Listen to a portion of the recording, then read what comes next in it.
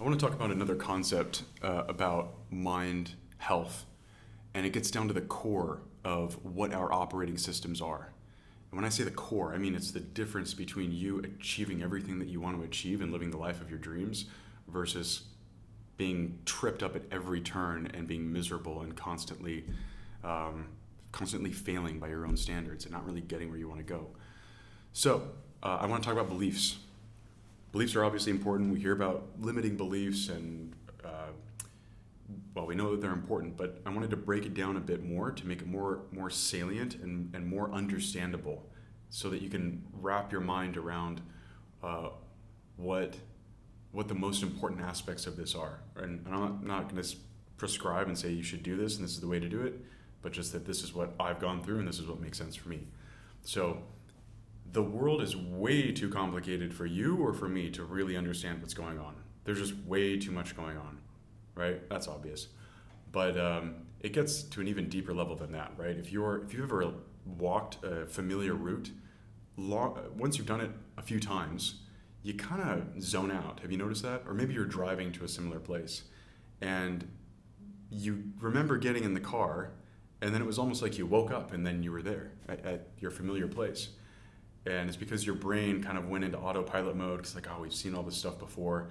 And that's helpful, right? Imagine being in a world where you're having to 100% of your attention all the time on everything. It would be exhausting, be overwhelming.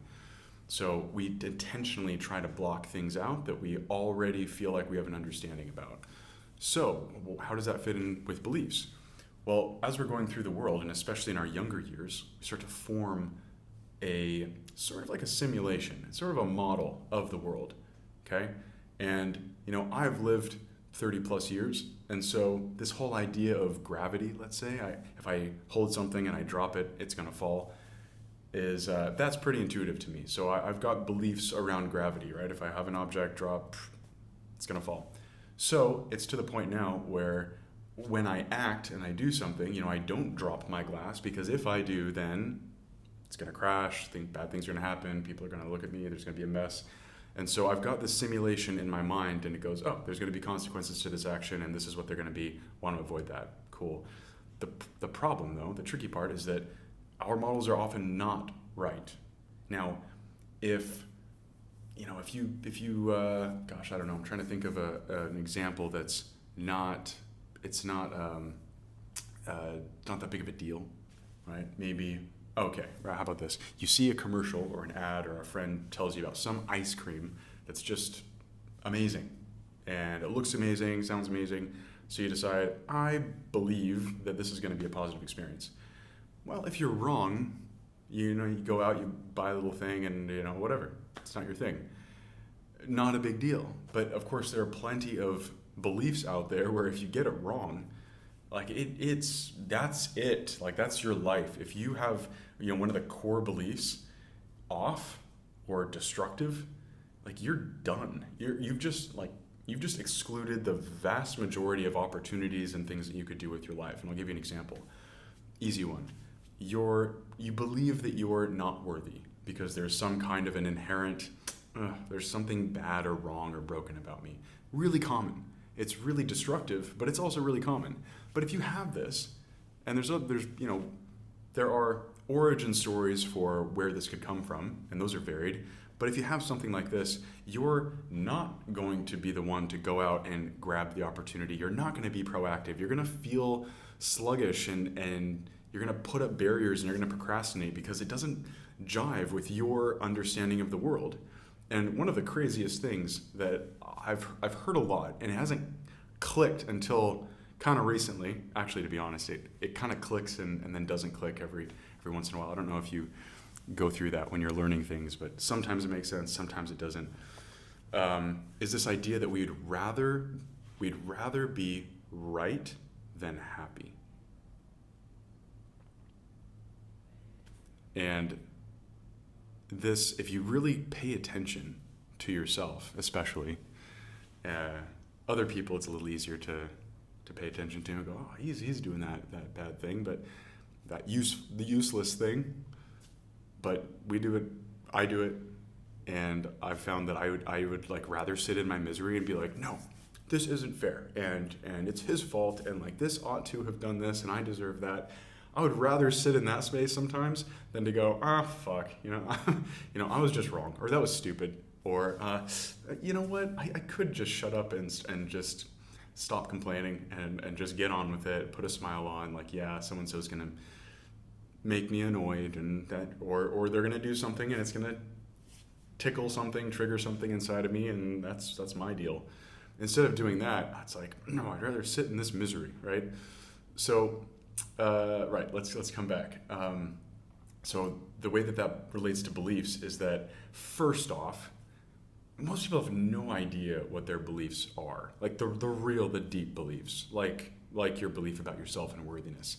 The exceptions are people that have smacked the bottom of the swimming pool, figuratively. They've hit their rock bottom, and they've hit it so hard that they're just like, I've got to get help. I need to figure out this thing, or I'm screwed in a big way. Like, we need to press pause on all the rest of life and like just figure this thing out. Often that involves therapy. Often that involves a lot of self-reflection. And usually what will come up is one of these like aha moments of like, oh my goodness, I actually don't think I'm awesome. I'm really insecure, and I'm carrying all these insecurities, and you discover these things. But anyway, point number one is most people have no idea that they're operating with this. They're just kind of going through life and having experiences, and it's not getting through to them why they're having the results and the experiences that they're having. That's hard to do. Now, okay, so that's number one. And number two is like, okay, like let's say you go through therapy or however you got there, and you realize that you have one of these limiting core beliefs, these things that would explain some of the negative things that you're going through in your life. It's like, okay, great. Now what?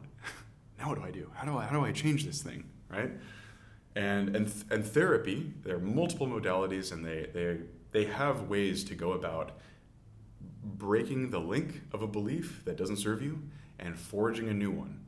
When I'm talking about this link, let me just say that one way to look at the world is that it's composed of things, objects, and the relationships between them, and that's it. It's not the only way to look at the world, obviously, but it's one, right? So, I just got my passport photos taken and put in this little envelope. You got the photos, you got the envelope, and photos are inside the envelope. So like one relationship you could draw between them is inside of, right? You could have this concept of worthiness or goodness or whatever. And then you have the concept of self, and there's going to be a link between that. Is that strong? Is it weak? That's what I'm talking about. So if you've got, nodes and links between them, that is a graph, like a network graph. You can see all these nodes and dots, and they're all connected by various relationships. And you can actually map this out. And that's what I'm working on now. I'm super jazzed about figuring out how to map out our belief systems. And again, it's not the belief about which ice cream is going to be good. Marketers care about that, by the way. They don't really get to that granular level of the nodes and the relationships between them. But if you think about it, sales and marketing is all about that. It's all about, here's this new brand. It's called Goober. I just made it up. So I've got this brand, Goober. And I really want to have this positive affiliation with, adventure or outdoors or mavericky identity types, right? And it's like, how do I forge this connection? How do I convince you to make that connection in your mind? And that's really all marketing's about. It's also what sales does, right? It's like, I'm saying I have this belief that this Goober brand is adventurous, and if I'm interacting with you and I'm trying to sell you on something, my end goal is, or desired outcome is, I want this connection to be in your head. I want you to make that connection, right? Or maybe you've already got a connection with an existing brand, and you're like, well, Patagonia is the outdoor one in my mind. That's the only way to go, and I'm an outdoors guy. Da, da. It's like, that's it. And so then it might be a process of, yeah, but Patagonia, da, da, da. And every time you get a little bit of doubt, it weakens that link, right? So you can see how these beliefs are constantly being, let's say, broken. The links are being broken, and they're being reformed. And there's so much there's so much attention and time and effort, energy being poured into this thing, right? I mean, think about it's like sales and marketing in the world, not to mention beliefs, politics, religion. It's like there's so much that uses this an understanding of the belief, what I'd call the belief matrix, and understanding what it is. If I think of white male between the ages of 25 and 30, grew up in the U.S., let's say south of the U.S., went to school here, and I've got some details on him. What does that mean about his belief matrix? And what I mean on like a real world question, what that translates to is, how can I talk to this guy effectively? Like, what words do I need to use? What does a message need to sound like? What colors? What visuals? What's going to vibe with this guy, right? Now, there's, as I said, tons of energy being put into this, and the reason why there's so much attention on this thing is because it's sort of the bedrock of our lives. It's the bedrock of society. It decides whether a company lives or dies. If all of a sudden people's affiliation, all the positive associations with Apple and Apple products, if all those positive associations just poof, went away, like Apple's done. You're never selling anything ever again. Think about it another way too, with money. Like money, I don't have cash right in front of me, but if you have like a dollar bill, that's not inherently valuable. The only reason why it's valuable is because enough people have that link between $1, this much value, right? Now, if that just went away, all of a sudden, I mean, you can imagine the chaos, right? Not that this would happen, but if everyone just stopped believing in money tomorrow, it's like I don't even know what would happen. Something bad would happen. So okay, big picture, that's beliefs. Belief matrix is super important. Tons of energy is being spent into this. But notice, though, that for you and for me as individuals, what are the most important beliefs? We've got millions, if not billions, of beliefs kind of out on the periphery about all the products that we like or don't like, different companies, different opinions, politics, all this stuff's all on the periphery. And that's what all the companies care about because that's where they live. But like, what about for you or for me? And what I would say is that there's a core of beliefs, like belief about the self or belief about others. Are others inherently trustworthy? Is there value in human beings? Is it worth having? Because then it would determine whether or not you think whether it's worth having discussions versus just pounding somebody. Like, go away, right? Is it worth it? Another big one would be, what about the meaning of life? Is it nihilistic? Is it all just for nothing and anything goes? Or are you a meaning-making machine? Are you forging that deep meaning within life? Now, these are, you can tell they get into sort of philosophical, psychological territory. But my point is that nobody cares about this as much as you do. And no one should care about it as much as you should, if that matters to you. But there's not a lot of attention on it, because what good does it do to a company? You're not going to buy a product because you're not dealing with product beliefs. You're not going to go get baptized necessarily because it doesn't have to do with Joseph Smith or the leader of pick your church. And so it's like without an ROI on it, you don't get a lot of activity there.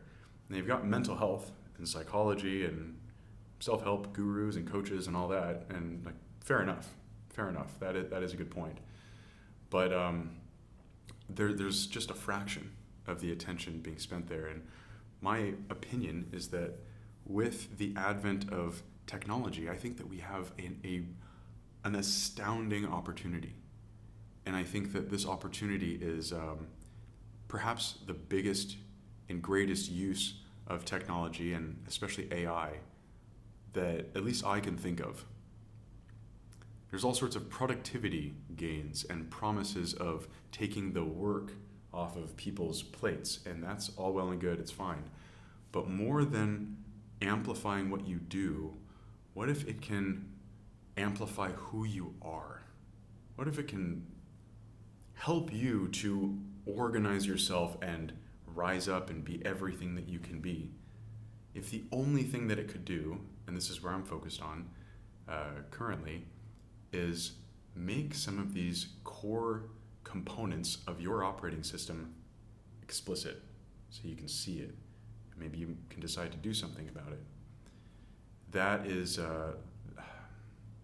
the power to become your fullest self, your best self, to be free. And there are plenty of organizations and others that would rather that not happen for various reasons.